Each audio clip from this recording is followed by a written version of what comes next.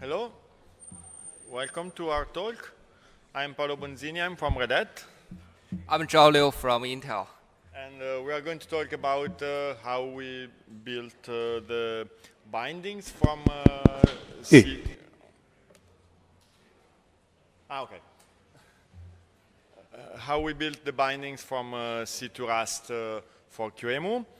And in particular, what are bindings, how they help modeling invariants and making Rust code safe. And then we will also go through some utilities that you can use to create new bindings. So to answer what are bindings, first of all, we can look at whether C can be translated to Rust trivially just by taking code and rewriting it as Rust code, and the answer is basically no for two reasons. The first, of course, is that you get unsafe code everywhere. All calls to C functions are unsafe. They have now introduced the safe keyword, but really doesn't help because all pointers are raw, and the referencing raw pointers is unsafe. There is no tracking of lifetimes.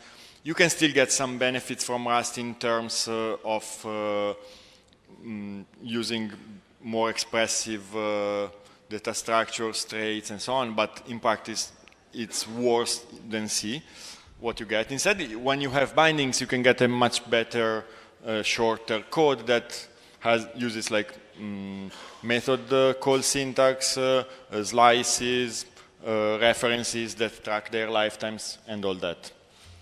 And the even worse reason is that Rust has very strict rules on what is a mutable reference. There can be only one mutable reference at a time. Everything that changes a data structure in C must have this mutability tracked somehow, because anything that goes from shared reference to exclusive mutable reference must have an unsafe cell around it. So doing a plain translation from C to Rust would even not be correct Rust. And for this reason, we created bindings that let us use all the potential of Rust. Okay, I could use these two Rust devices as an example to explain how to convert the unsafe binding code to a Rust safe code. The PL011 device is the first Rust device in QEMU. At the beginning, it used unsafe code as a guide for implementing bindings. This is to say it calls binding functions directly, which is generated by the bind generation tool, which is unsafe. But the PL011 also shows a path toward to the safe Rust code. We could wipe the unsafe binding functions in the safe API abstractions, and we can guarantee the safety inside the abstraction implementations and handle the unsafe issues, so that the Rust device could call the safe interface from the abstraction directly instead of the unsafe bindings. Following this direction, the HPET, this is the second Rust device in QEMU, could start with the safe device code, because there's so many safe API abstractions, and currently there's only two unsafe cases. One is a QDV property, and another is a address space. We will convert these two cases to the safe code next. Okay, so now we can look at what bindings do in order to model these invariants and allow you to declare that there is safety in the wrapper to the C code. For example, let's start with the problem of managing access to data that is shared, but it's sometimes mutated. In the Rust standard library, there are some tools that you can use. For example, cell and ref cell. And cell is a simpler case that copies the data whenever you access it. And because it's only used for stuff that can be copied, there is a point in time where the shared access uses the mutable reference and it immediately goes away. Instead, refcell uses runtime checks that the Rust invariants are obeyed. So instead of having the compile time check, you just have a runtime check. Of course, this is worse, but sometimes unavoidable. One thing that, however, doesn't really work for QEMU is that cell and refcell also have compile time checks for single-threaded access. This doesn't work again because QEMU accesses the same data from both the event loop thread and the vCPU threads, and there can be also more than one vCPU, of course. So in order to make things easy to learn for Rust programmers, but also something that works with QEMU, we made a version of cell and refcell that has exactly the same the same properties, copying the data in one case, runtime checks in the other. But it also adds runtime checks that you are holding the big QEMU lock, and in the case of refcell, also that you are not dropping the QEMU lock while a borrow is outstanding. This way, you know that all accesses are actually as if it was in a single thread. An interesting thing about this is that once you have wrapped data with this kind of cell wrapper, you already know exactly where the mutation can happen. You can change the refcell with the mutex and get thread safety almost for free. And I say almost because there can still be C code accessing the data under the big QEMU lock. And the good news is that you actually cannot, for example, describe the fields inside the mutex for describing live migration formats, for example. The bad news is that you still have to do the live migration, so you need to find another way.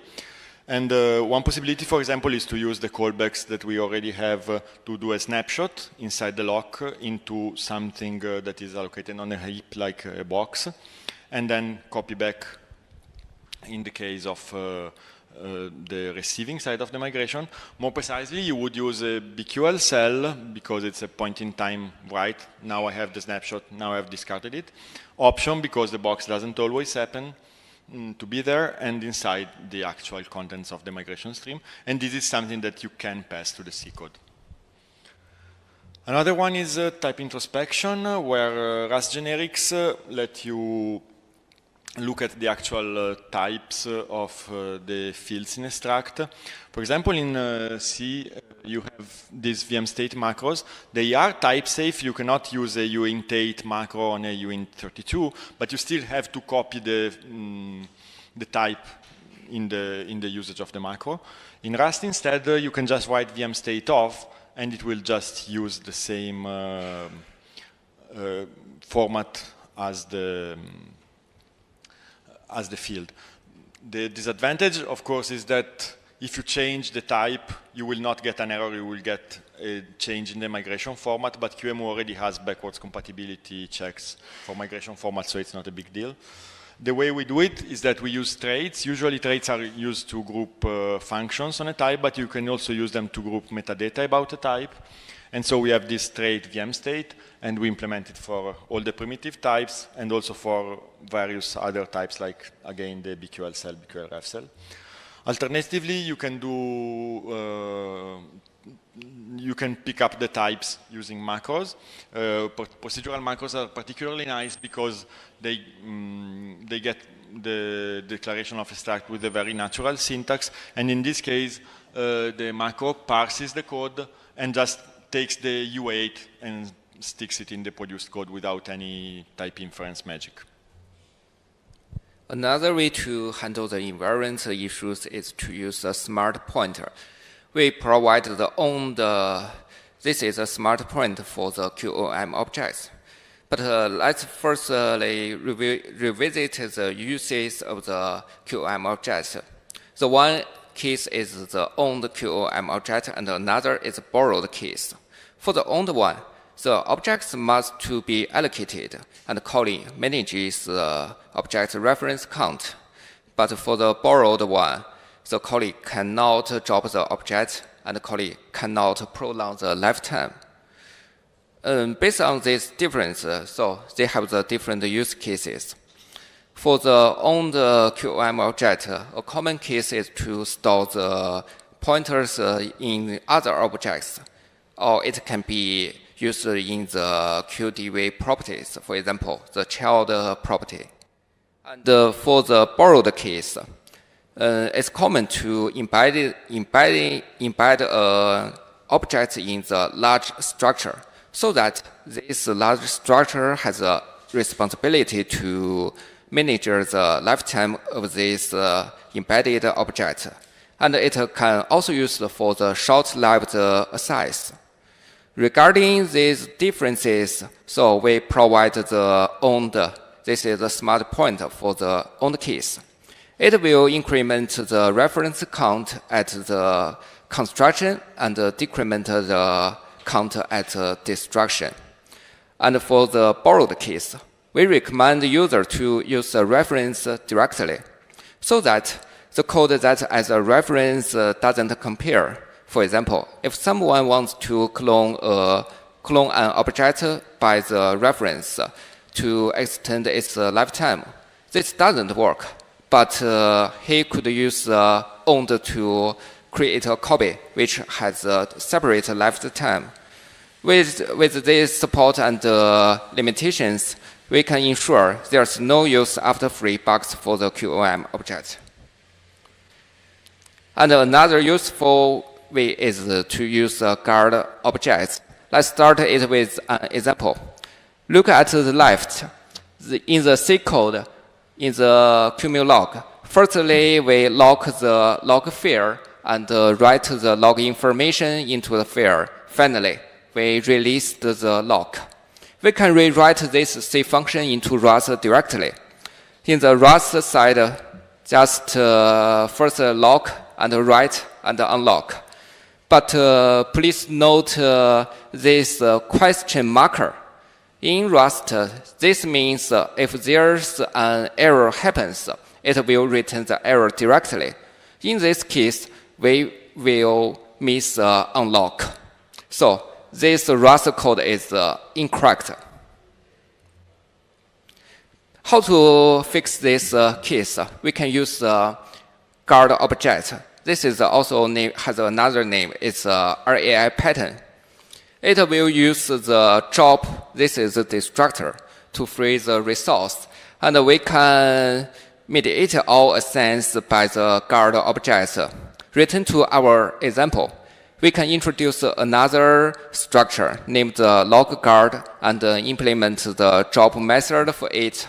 And we can release lock in it. Okay, with this log guard, we can rewrite our Rust code like this. In this new method, it will acquire the log lock, and we can write the log information into the file. When there's an error happens or this guard code goes out of its scope, the drop method will be called automatically, so that the lock will be released automatically. With this guard objects, we can ensure we won't miss lock, unlock anymore.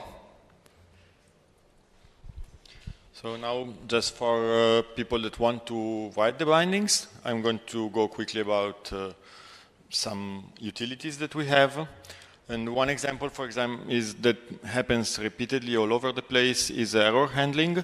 There are different conventions for error handling in QEMU, but basically they boil down to two cases. One is where function returns error based on R0, typically as a negative R0 value. For simplicity, here I'm considering only the case where the success value is always 0. And in this case, in Rust you have a result type, which is an alternative of one success type and one failure type. In this case, the success type is these two parentheses, also called the unit type, which is basically void in C, because you don't care about a success value, you just care that it is a success. And for the failure type, here we have IO error, which is the closest thing in Rust to errno. So you have C functions that expect or return this zero or negative errno convention, and Rust functions that have result of unit and IO error. And there are two functions in this errno module that lets you do the two conversion from the C convention to Rust and back. And another interesting thing is that you can write converter from any error type to errno. So for example, if you want a callback, for example, that has to return a 0 or negative inval, you can just make your own error type which only says this is a invalid migration format error, and this error type will always convert to inval. This way you don't have to actually know too much the conventions in the C code. But there's another case of error handling, which is where you have, for example, an error message. In QEMU, this is error ***, and for ease of use, usually you also return a bool that lets you check whether it was successful or not in an if statement. And of course, you don't want to have the same code over and over to return true or false depending on whether it was successful or not.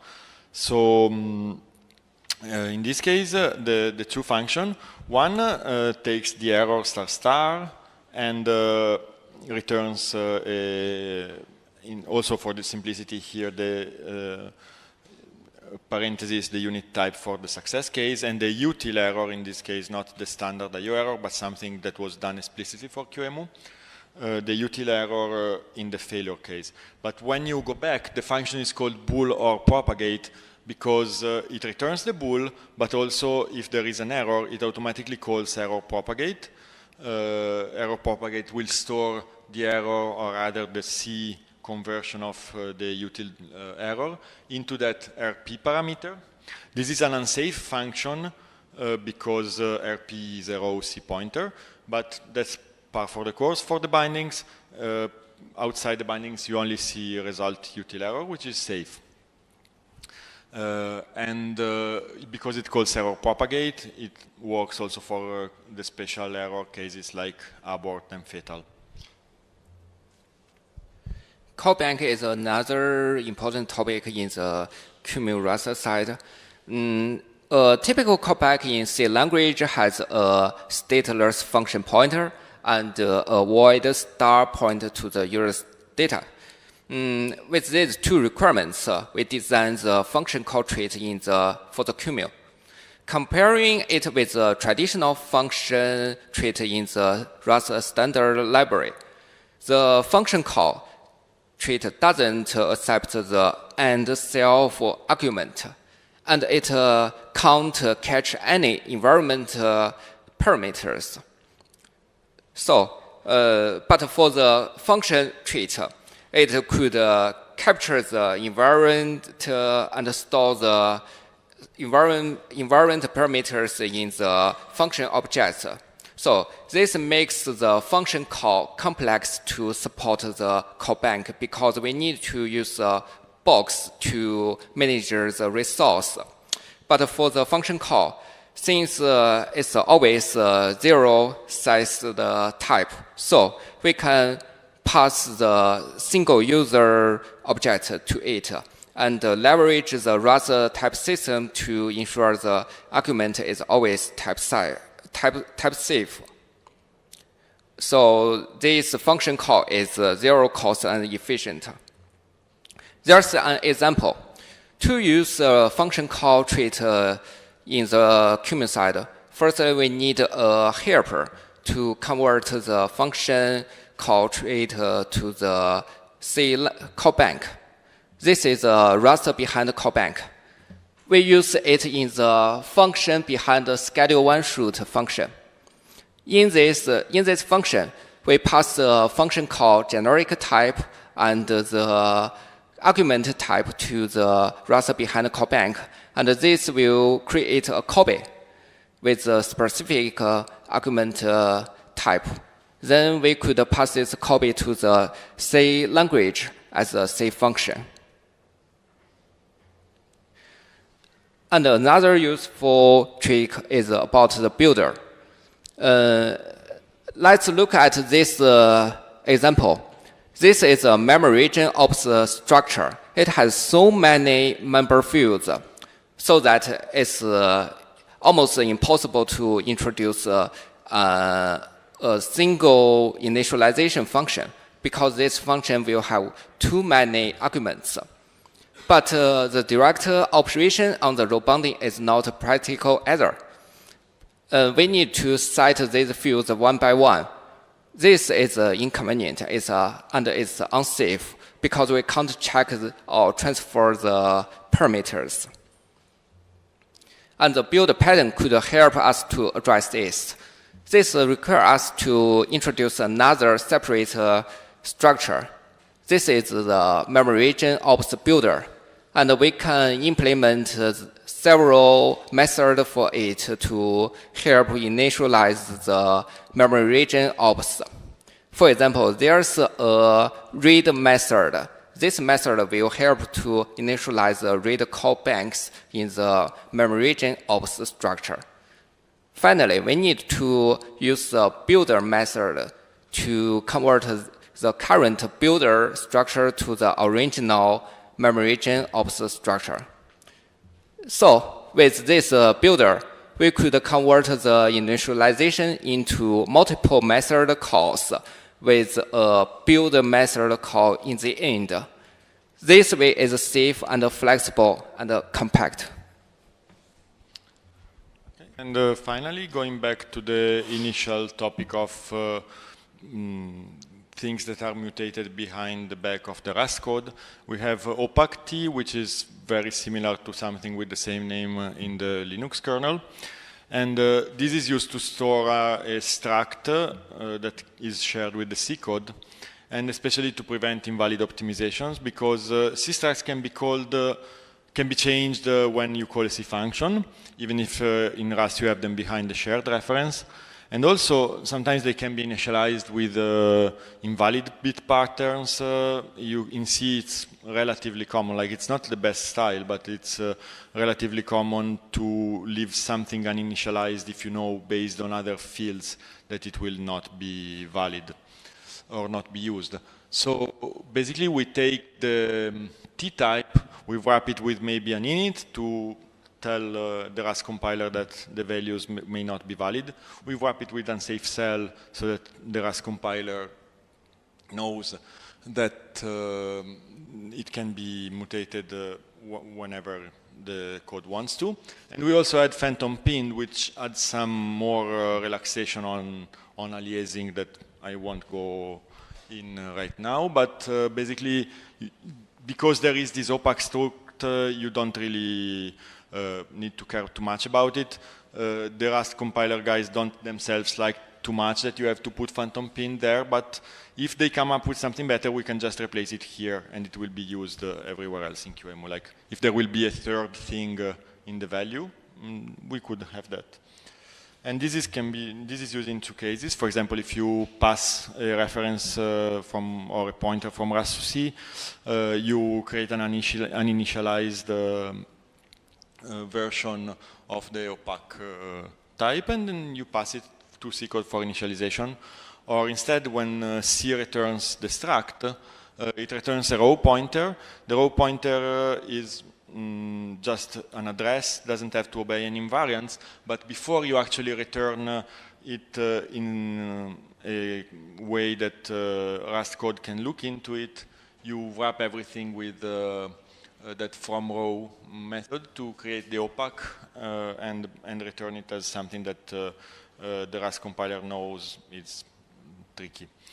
Of course, you're going to see a lot of unsafe and a lot of really ugly code here. That's unfortunate, but that's basically the price to pay. You are creating the invariants, and you have to tell the compiler inside the code that the invariants are not respected. So this is like the ugliest code that you will ever see, but the hope is that for end users or create the device models, they will actually not see it, they will just treat it as a black box.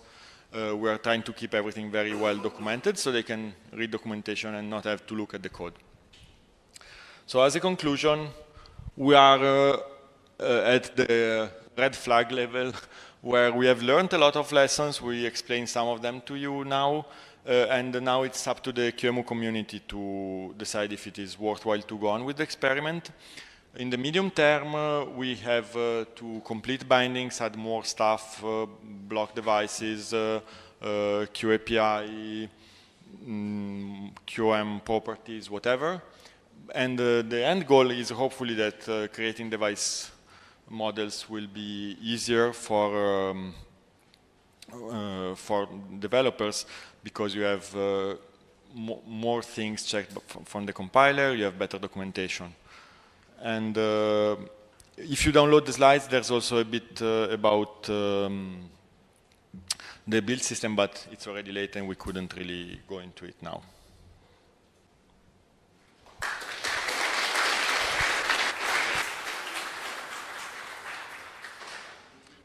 No time for questions, I think. Okay, one question. The FN call trait is a QEMU thing, yes. It's basically a variant of FN that enforces that it is a zero size type, and therefore you can call it without providing self. Okay.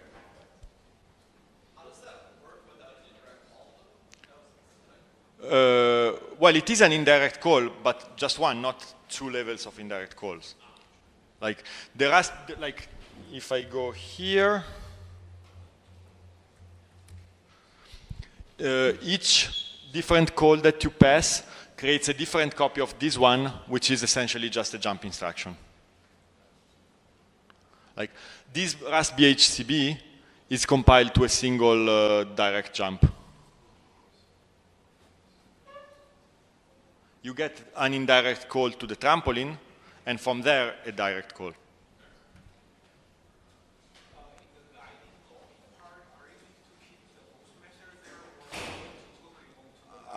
I couldn't hear you, sorry, but it's late, so let's go outside.